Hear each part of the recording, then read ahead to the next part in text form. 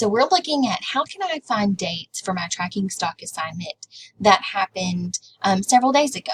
And maybe you're doing it all at once for the entire week. So in order to do that, you're going to go to Yahoo Finance. That's the easiest place to go. So you click on their website.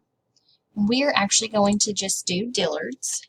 So make sure you get the right Dillard's. It's this one right here. So click on your stock that you're tracking. If you go right here to historical data, you can click on this one, and that's going to be able to show you prices from previous days. So say we need to record last Thursday because we did not get that one in there. So we're going to look at June 6th.